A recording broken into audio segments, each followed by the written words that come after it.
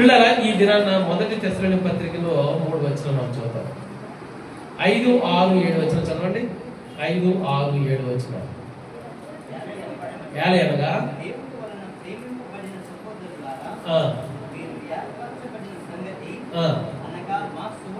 మా సువార్త మాటతో మాత్రము కాక ఎలాగంటారు చెప్పండి, శక్తితోను పరిశుద్ధ ఆత్మతోను సంపూర్ణ నిశ్చయితతోను మీ అబ్బకు వచ్చిన సంగతి మాకు ఎలా వచ్చిందంట? సువార్త మన దగ్గరికి మొట్టమొదటి అందరికి వచ్చినటువంటి సువార్త ఎలా వచ్చింది? నెంబర్ 1 శక్తి, it's a power. Next it's a holy spirit activity, లేదా ఈ holy spirit work. It's a full of assurance అని అర్థపడే విషయం. ఈ 3 విషయాల ద్వారా మన దగ్గరికి వచ్చింది. ప్రజలు గమనించండి, ఈ మొదటి తెస్సలోనిక పత్రిక రాసింది ఎవరంటే పౌలు గారు. అపోస్తల కార్యాలు 17వ అధ్యాయంలో మీకు ఉంటుంది. 17వ అధ్యాయంలో సెకండ్ మిషనరీ జర్నీలో, 2వ మిషనరీ ప్రయాణంలో పౌలు గారు మొట్టమొదటి దర్శించారు ఈ మాసిదోనియా, తెస్సలోనిక ప్రాంతాన్ని. మాసిదోనియా ద్వారా వెళ్ళాడు. మాసిదోనియా ద్వారా వెళ్ళి తెస్సలోనిక అనేటువంటి ప్రాంతానికి అయినా రీచ్ అయినట్టు మనం చూస్తాం. అయితే అక్కడికి వెళ్ళిన తర్వాత తిమోతికి రాస్తా ఉన్నాడు. అక్కడ ఓన్లీ 3 వారాల్లో ఉన్నాడు ఆయన.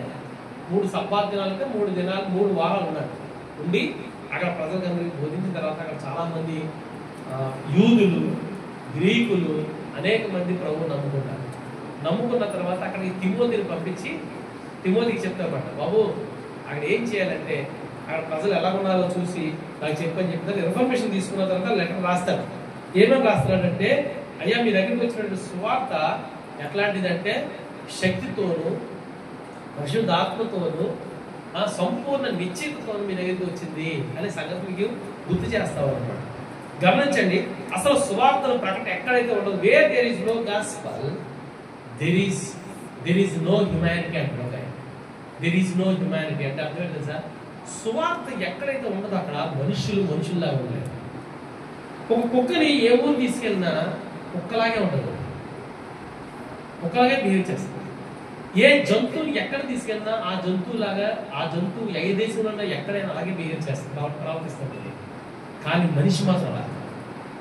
మ్యాన్ నీడ్స్ ట్రైనింగ్ కావాలి. Artificial intelligence and machine learning subject నేను చెప్తా ఉన్నాను.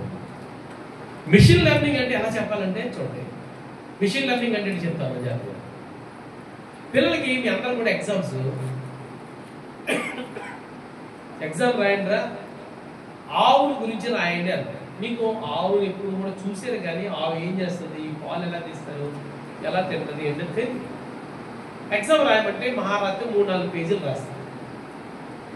అదే ఇదే పిల్లల్ని ఎగ్జామ్స్ బదులు ముందు ఎగ్జామ్ పెట్టే ముందు వీళ్ళందరినీ కూడా ఫామ్ హౌస్ లో తీసుకెళ్ళి, అంటే ఆవులు ఎక్కడ పెరుగుతున్నాయో, ఆవులు ఏం చేస్తుంటాయి, ఆవులు ఏం చేయాలి, ఫామ్ హౌస్ లో 1 వారం ఉంచి ఆవులు జాగ్రత్తగా పరిశీలన చేసిన తర్వాత ఎగ్జామ్ పెట్టాం అనుకోండి, ఎన్ని పేజీలు రాస్తారు? చాలా పేజీలు రాస్తారు కదా, ముందు కంటే ఎక్కువ రాస్తారు అంతేనా? That is called the mission learning. ఒక మనిషి ఏదైనా విషయాన్ని చూసి ఎలా నేర్చుకుంటూ ఉన్నాడో అలాగా నేర్పించాలి. ఒక మిషన్ నేర్పించాలి. ఒక విషయం ఏంటంటే, మనిషికి ఏదైనా ట్రైనింగ్ అవ్వకపోతే మనిషిలా బ్రతకడు, మనిషిలా ఉన్నాడు. కాబట్టి మనిషికి ట్రైనింగ్ అవసరం. ఒక విషయం చెప్పండి, మనిషి ఒక్కడే ఏదైనా తినగలడు, ఏ జంతువు కూడా అంది. ఏమో మీ ఆవు, మన ఊర్లో ఉన్న ఆవు ఎప్పుడైనా సరే మాంసం తింటుందా? చెప్పండి మీరు. సింహం ఎక్కడైనా సరే గడ్డి తింటుందా? చెప్పండి. కానీ మనిషి అన్ని తినగలడు, గడ్డి తినగలడు, మాంసం తినగలడు. మనకి ఇక్కడ ఈ భూమి మీద ఉన్నప్పుడు మనిషిలాగా ఉంటాడు. కానీ నువ్వు అడవిలో ఉన్నటువంటి మనిషిని చూసానుకో, క్యానిమల్స్ అంటారన్నమాట. మనుషులు తినే నరమాంస భక్షంగా ఉంటారు. వాళ్ళు ఏం తింటారు? ఏం తింటారు? మనుషులు తింటారు. నరమాంస భక్షం మనుషులు. ఇది ట్రైనింగ్ లేక, మనిషికి ట్రైనింగ్ అనేది చాలా పడింది. సువార్తను ప్రకటించకపోతే ఏంటంటే, నరమాంసల మధ్య పరిచయం చేసిన వాళ్ళు చాలా మంది ఉన్నారు. వాళ్ళు సువార్తను ప్రకటించి సువార్త ద్వారా వాళ్ళు మార్పు తీసుకుని వచ్చారు.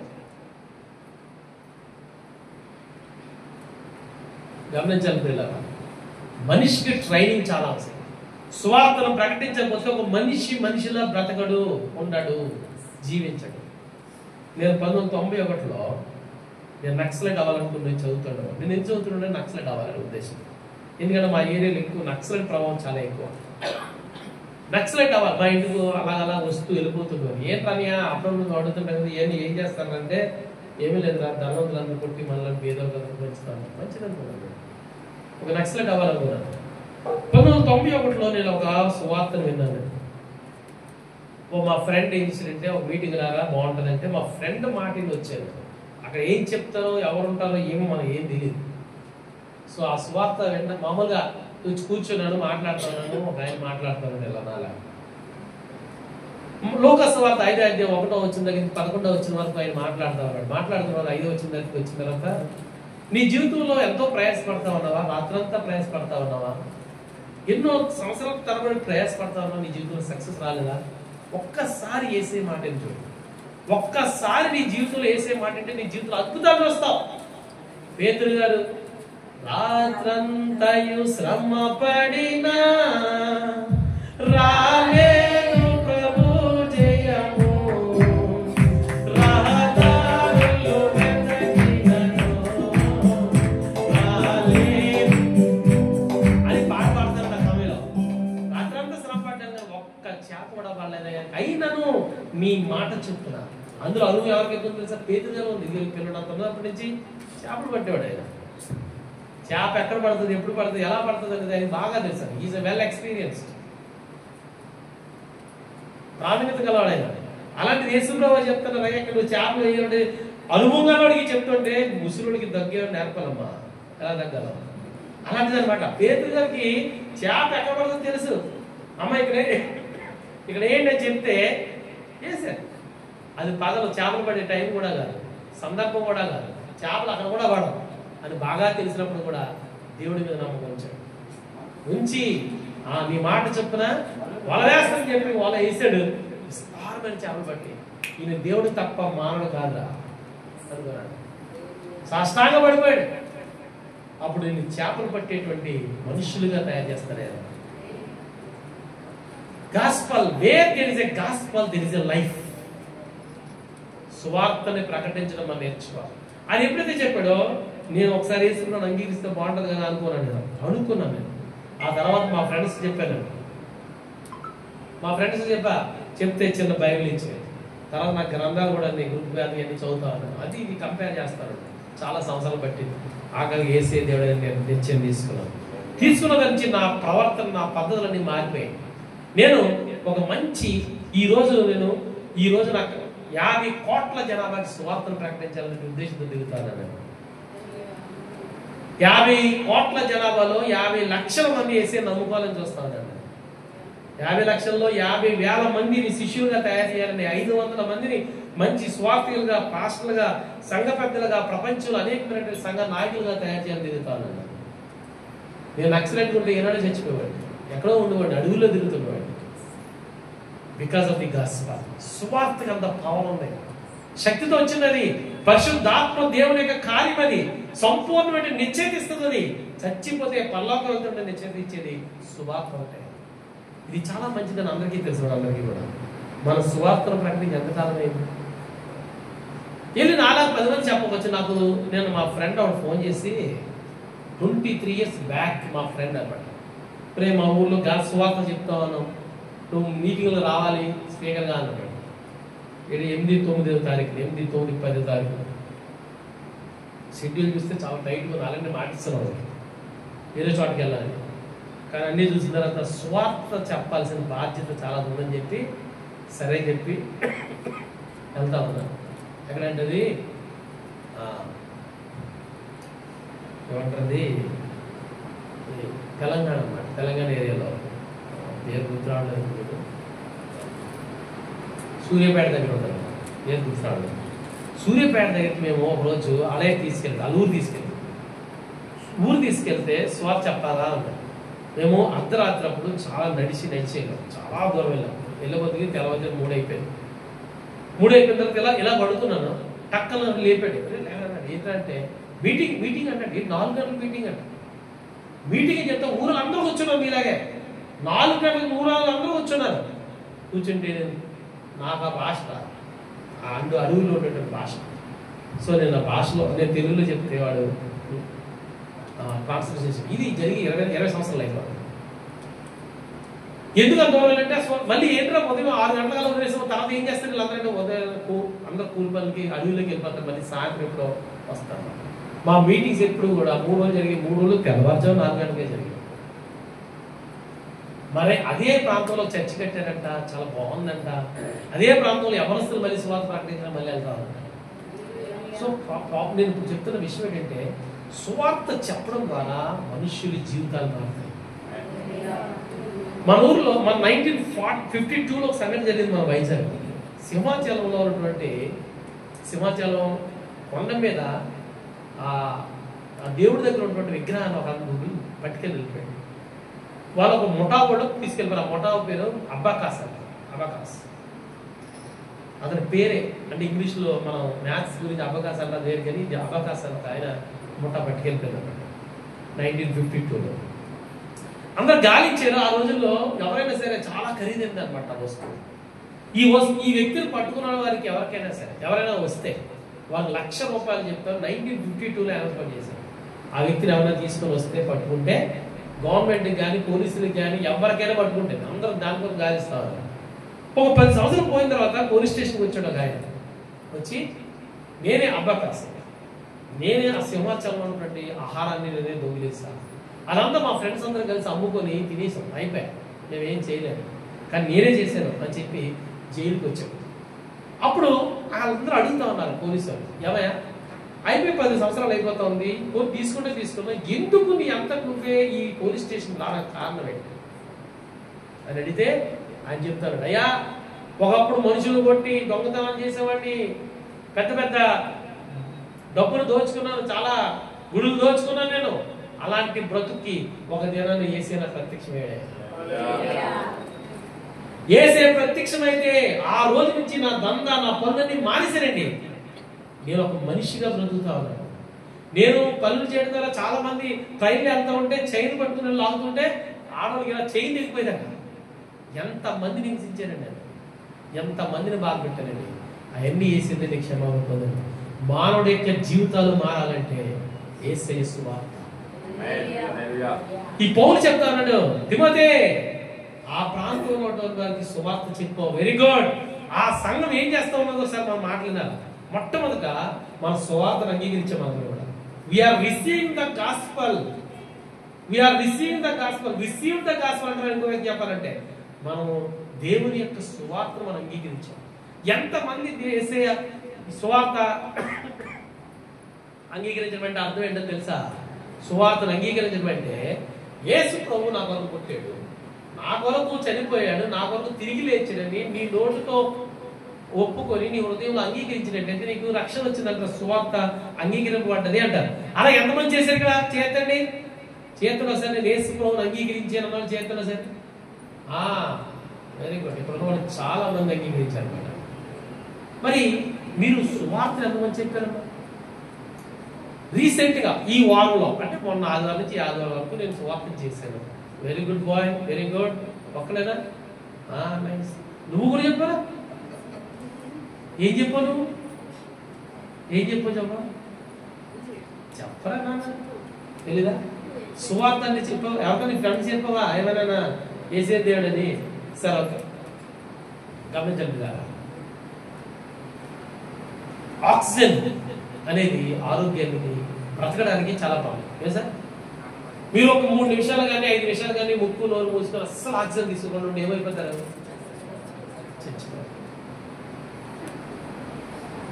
మరి ఆక్సిజన్ అనేది ఏంటి? మనుషులకి జీవాన్ని ఇచ్చేది, జీవితాన్ని ఇచ్చేది ఏంటి? సువార్త. ఈ సువార్తను మనం ప్రకటించకపోవడానికి కారణాలు ఏంటో మీరు ఆలోచన చేయాలి. What is the strong reason behind of spreading the gospel? అసలు ఎందుకు సువార్త ప్రకటించాలని పౌలు అయితే ఏమంటారు సార్? నేను సువార్తను నేను సువార్తను ప్రకటించకపోతే నాకు, మరి మనం ఎందుకు మానేస్తాము? నాలాగేది మీరు పెద్ద మీటింగ్ లో మాట్లాడాల్సిన అవసరం లేదు. మన రొట్టె ద్రాక్షరసంలో పాల్గొనేటప్పుడు కూడా ఏమంది సార్?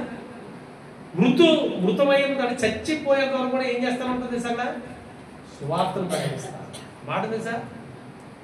యేసు ప్రభువు చాయిస్ చెప్పలేదు. మత్తయి సువార్త 28వ అధ్యాయం ఆఖరి వచనంలో చెప్తారైనా ఆయన చాయిస్ లేదు, కమాండ్ చేశాడు. ఏంటి సార్? సర్వ లోకానికి వెళ్ళి సర్వ సృష్టికి ఏం చేయమన్నాడు? మరి మనం ఏం చేస్తాము? ఒకడు బాగుపడ్డ ఇష్టం లేదా?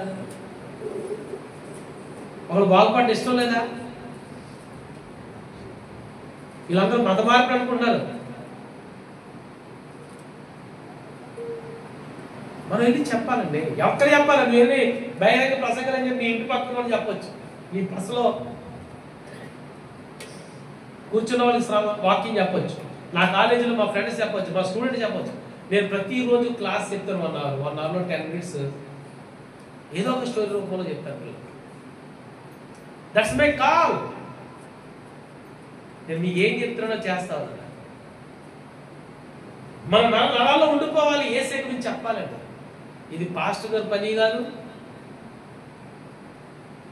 ఇంకెవరో సంఘ పెద్దల పని కాదు, ఇది అందరి పని. అందరూ అంతటా ఏమవ్వాలా? వారు మనసు పొందాలంటే మనం అందరూ ఏం చేయాలా? సువార్తను ప్రకటించాలి.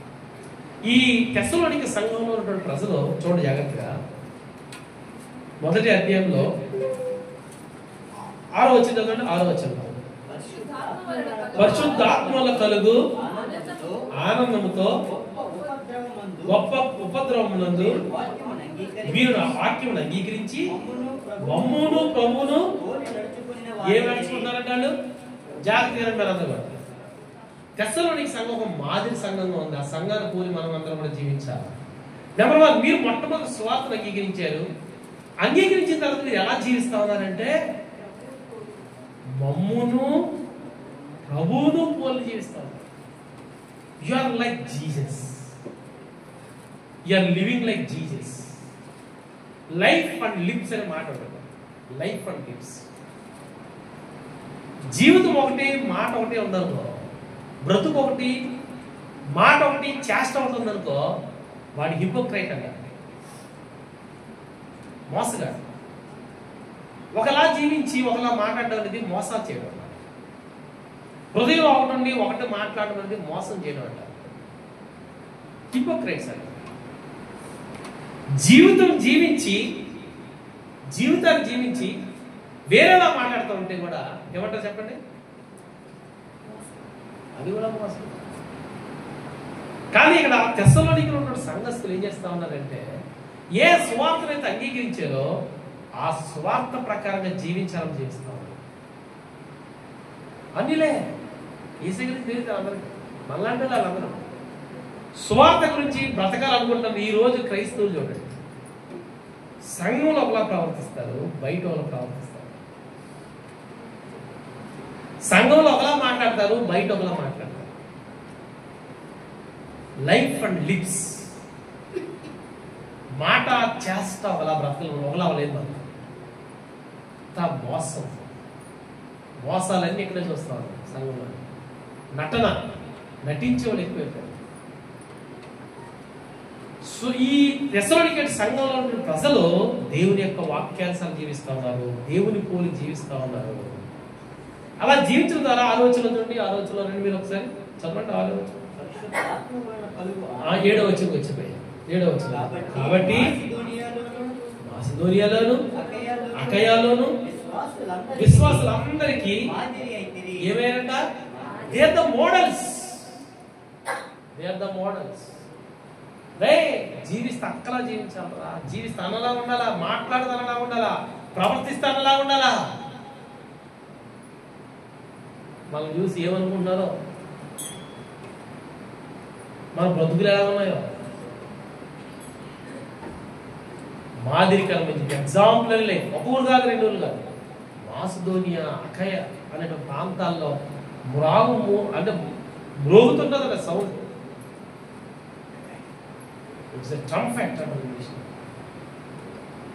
ఎలా జీవిస్తా ఉన్నారంటే దేవుని వాక్యానుసారంగా జీవిస్తా ఉన్నారు. వాళ్ళ బ్రతుకుల ద్వారా మొట్టమొదటి మనం సువార్తని అంగీకరించాము, ఆ సువార్త మనలో పనిచేస్తా ఉంది. ఈ రోజు నా మెసేజ్ ఏంటంటే మై మెసేజ్.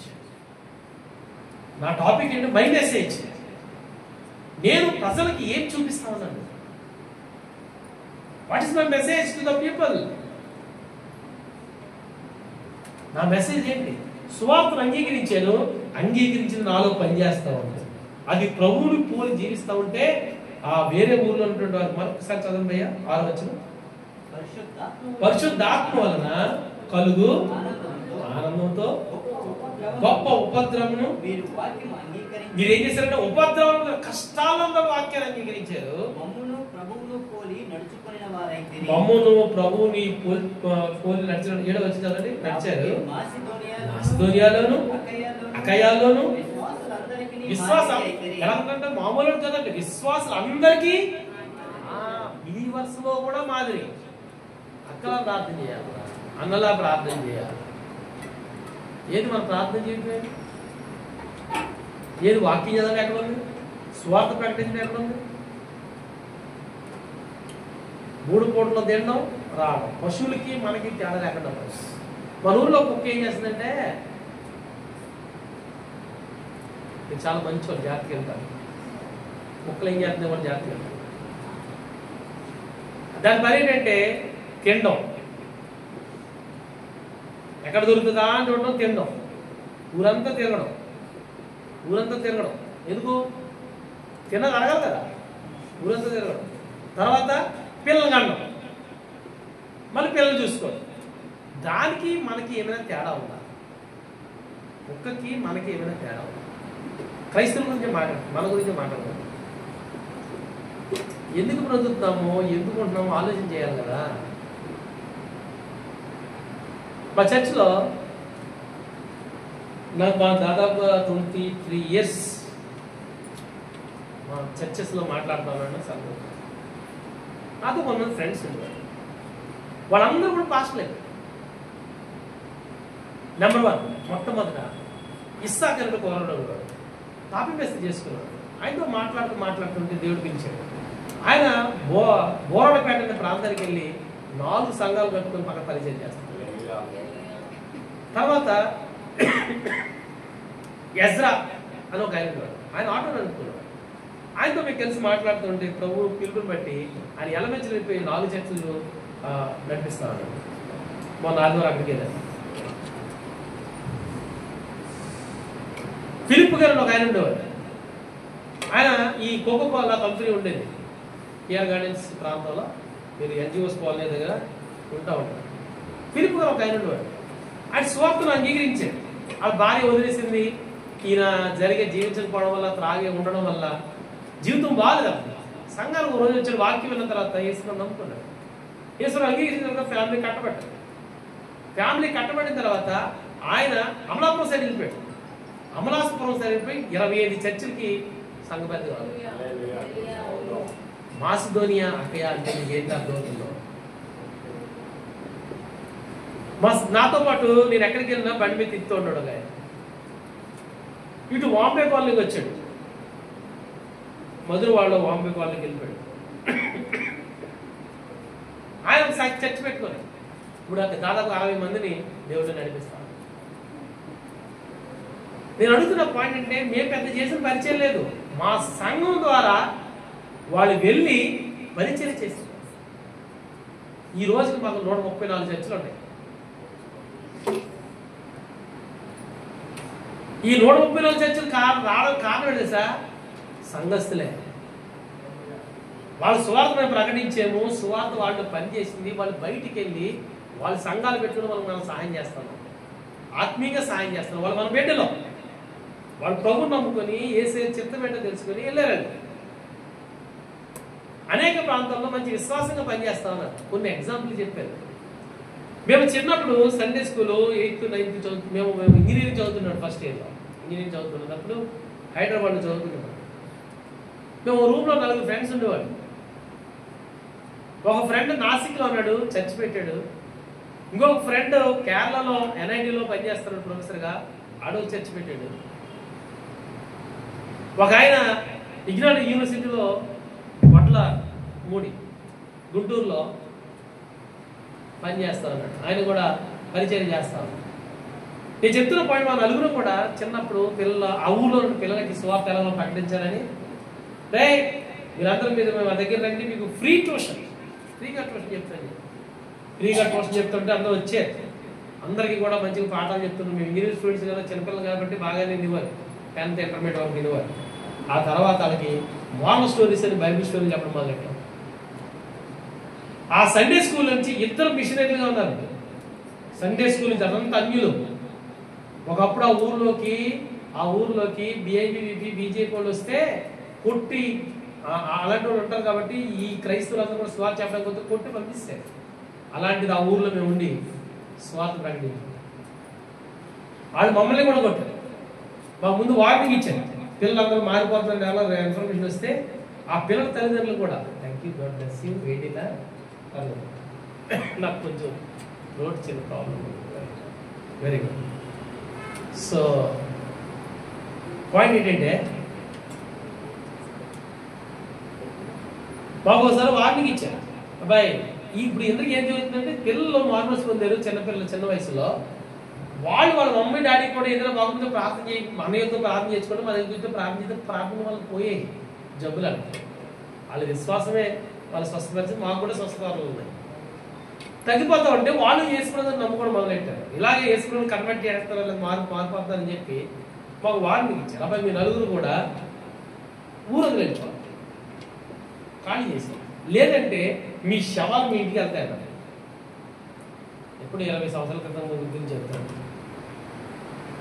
సరే అని చెప్పి మేము ప్రార్థన చేస్తే దేవుడు అంటే మీరు ఎక్కడికి వెళ్ళాలి ఇక్కడే ఉంటాం. మేము ఉదయం వేసి ప్రార్థన చేస్తూ ఉన్నాం. ఒకరోజు సండే వచ్చింది, సండే స్కూల్ నేనే చెప్తాను. ఆ కుర్రాడు వచ్చి మిమ్మల్ని అందరినీ కూడా ఆయన షెడ్లో రమ్మంటున్నాను. ఏంటి టైలర్ షెడ్ ఉంటుంది, టైలరింగ్ చేసే షెడ్ ఉంటే షెడ్లో రమ్మంటే మేము నలుగురు కూడా వెళ్ళాం. వెళ్ళి వెంటనే మిమ్మల్ని ఊరికి కలిసి ఖాళీ చేయమన్నా మీరు ఎందుకు వెళ్ళాలి? నేనే అడిగి మొట్టమొదటి ప్రశ్న, మీరు ధైర్యం అంతే విషయం. అసలు మేము ఏం తప్పు చేసామని మమ్మల్ని ఊరు వెళ్ళిపోమన్నారు? మీ ఊర్లో ఎవరైనా పాడు చేసామో చెప్పండి. మీ ఊర్లో ఏదైనా మేము ఏమైనా అక్రమ కార్యాలు కానీ దొంగతనాలు కానీ దోపిడీలు కానీ చేసామా? ఒక్కటి చెప్పండి సార్. అప్పుడు వచ్చింది నోటి బ్లడ్ వచ్చారు. అలా అసలు రవి ఇన్ని దెబ్బలు కొట్టారు మీరు, మా నలుగురిని కూడా.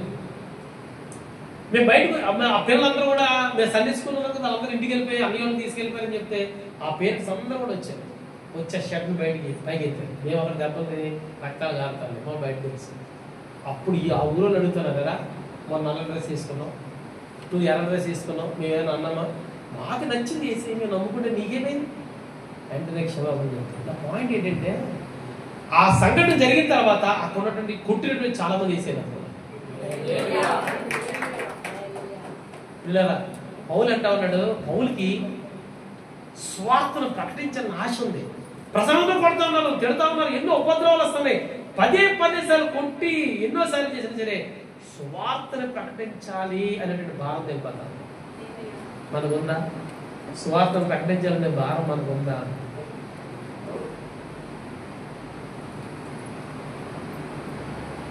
ఏం క్రైస్తవులు అండి మనందరం కూడా. ఇది సత్యం, చచ్చితే మనిషి నరకానికి వెళ్తాడని తెలుసు, వాడి జీవితం భూమి మీద ఉంటే బాగుపడతాడని తెలుసు, వాడు బ్రతుకు బాగుంటుంది, వాడి పద్ధతులు మారుతాయి, కుటుంబాలు మారుతాయని తెలుసు, తాగుడు నుంచి తాగుడు మారుతారని తెలుసు, చేసే పనుల నుంచి మారుతారని అన్ని కూడా తెలుసు. కూడా సువార్తను ప్రకటించకపోతే మనల్ని ఏమంటారో ఆలోచన చేయండి. You think about your self. మన బ్రతుకు ఎలా ఉంది? దేని వరకు బ్రతుకు? మనకి కుక్కకి సంబంధం తేడా ఉంది. సువార్తను ప్రకటించాలనే భారం కూడా లేకపోతే ఏమంటాం మనం?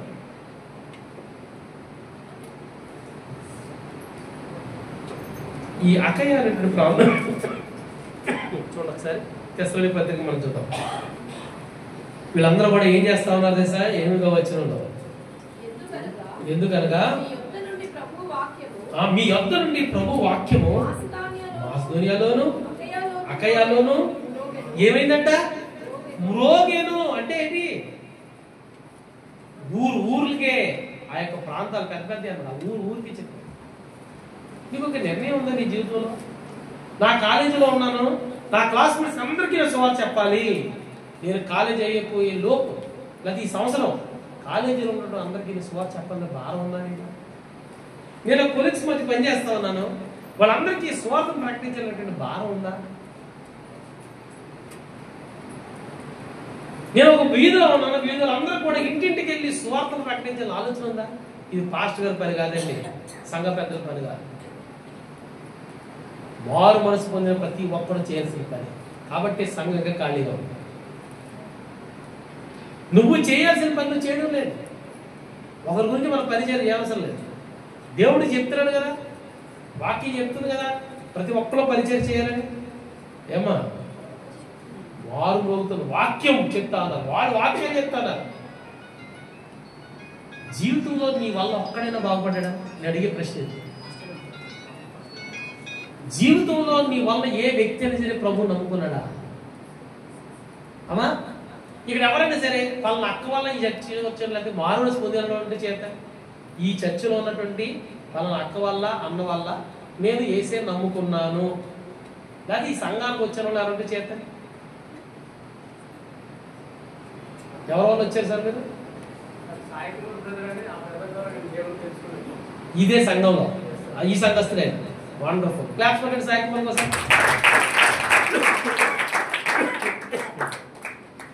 థ్యాంక్ యూ భయ్యా. పరలోక రాజ్యానికి ఇప్పుడు ఈ భూమి మీద ఎవరన్నా జనరల్గా పిల్లలు పుట్టకపోతే ఎలా చూస్తారు చెప్పండి? అయ్యారు పిల్లలు పుట్టకపోతే ఎలా చూస్తారు? ఎన్ని అవమానాలు ఉంటాయి కదా. అత్తగారు మామగారులు తర్వాత ఇంట్లో వాళ్ళందరూ కూడా మనల్ని తక్కువ చూస్తారు కాదా? మీకు అలాగే అప్పుడు అనిపించలేదా? ఎందుకు పెళ్ళైన కొంచెం లేట్ అయినా సరే, లేట్గా పిల్లలు పుట్టినా సరే ఇలాగే చూస్తారు.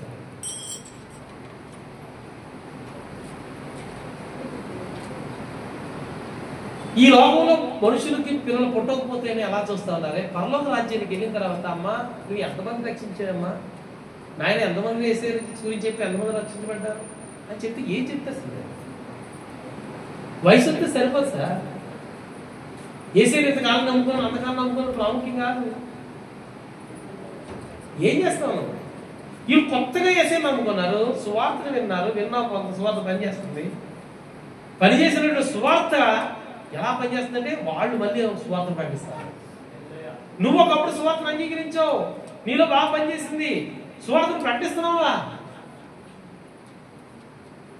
జాన్ నాక్స్ అనే ఒక ఆయన ఏమంటాడంటే, Lord give me Scotland or I die. దేవా ఈ స్కాట్లాండ్ దేశం నాకు లేదా చంపే, నేను చచ్చిపోతా. ఎంతమందికి అండి ఈ ఆలోచన ఉంది? నేను పాస్టర్ గారు కాదు, నేను ముందు చెప్పాను, నేను మీలా పని చేసుకునేవాడిని. నేను వర్క్ చేస్తూ నా విజన్ ఏంటో మీకు చెప్పాను, నాకు దేవుడు ఇచ్చిన దర్శనం ఏంటో మీకు చెప్పాను. ప్రతి ఒక్కరిని దేవుడు ఒక ఉద్దేశంతో మనం పుట్టించాడు. అన్నిటికంటే ముఖ్యం, నువ్వు అన్నం తింటున్నప్పుడు నువ్వు ఆలోచించాల్సింది ఏంటంటే, ప్రతిరోజు ఈ రోజు నుంచి నువ్వు అన్నం తింటున్నావు ఆలోచించాల్సింది ఏంటంటే, ఎవరికైనా సువార్త చెప్పాను. నువ్వు సువార్త చెప్పకపోతే నువ్వు అన్నం తిన్నాక అరువుడు కాదు, క్రైస్తవుడే. 3 పూటలు ఆకలేకపోయినా తినకాలి.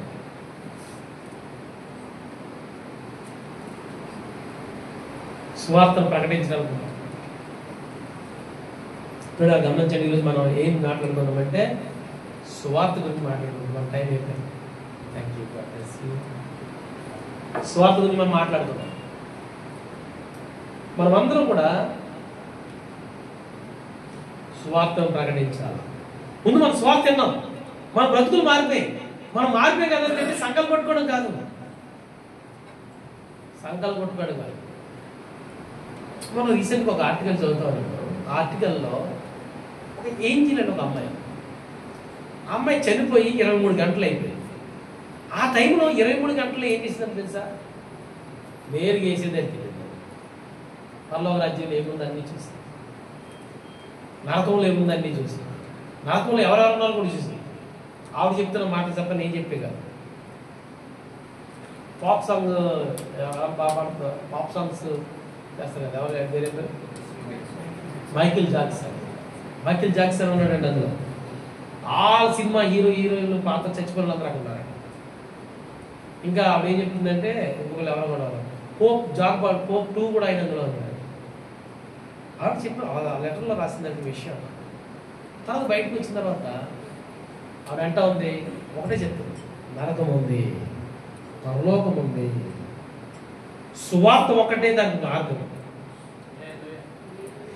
సువార్త అంగీకరిస్తేనే పరలోక రాజ్యం ఉన్నారు, సువార్తను అంగీకరించకపోతే మాత్రం నరకానికి వెళ్ళాల్సిందే అని ఇలా ఖచ్చితంగా ఆర్టికల్లో రాసింది అన్నమాట.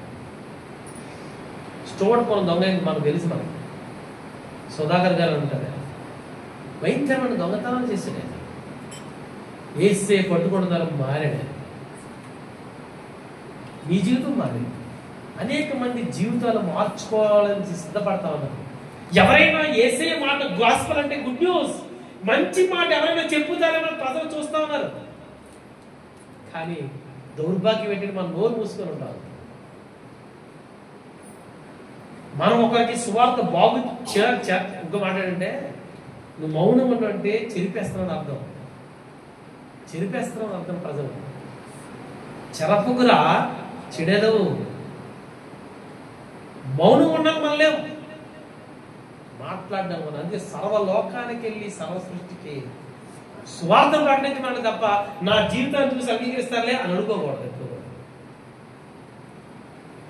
సువార్త విన్నా మనందరం మార్చుకున్న మన జీవితాలు బాగుపడ్డాయి. కొంతవరకు ఇంకా మారాలి మనం. అనేక మందిని మార్చడానికి ఛానల్ ఏంటంటే సువార్త ప్రకటించాలి. మాసిదోనియ సంఘం అదే చేసింది. పౌలు తిమోతి ద్వారా సువార్తను అంగీకరించారు. అంగీకరించిన వాళ్ళు మాదిరిగా ఉంటున్నారు, పోలి నడుచుకుంటారు, యేసయ్యను పోలి నడుచుకుంటున్నారు, విశ్వాసులకే మాదిరిగా ఉంటున్నారు. అంతేకాదు అక్కయ్య మాసిదోనియాకి వాళ్ళు వాక్యం చెప్తా ఉన్నారు, మ్రోగుతుందని చెప్తా ఉన్నారు. Sound it's like it train. మన బ్రతుకులు ఎలా ఉన్నాయి చూడండి. ఇంకేంటి తెలుసా బిడ్డ, సువార్త విన్నాము, సువార్త పనిచేస్తుంది, సువార్త మన ద్వారా చెప్పాలి.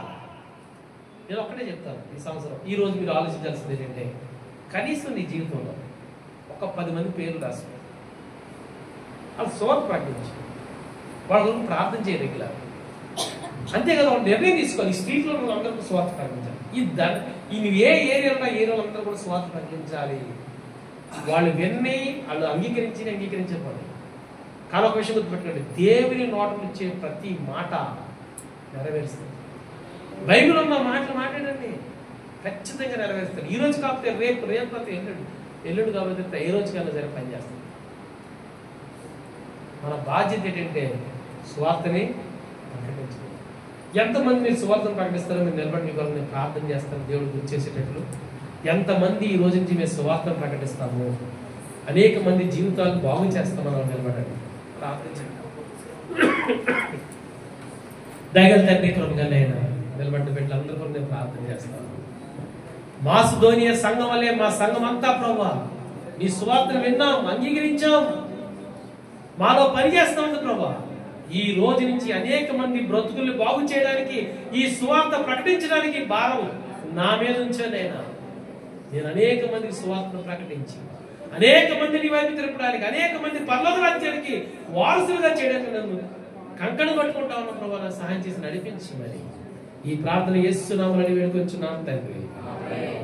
Thank you. God bless you.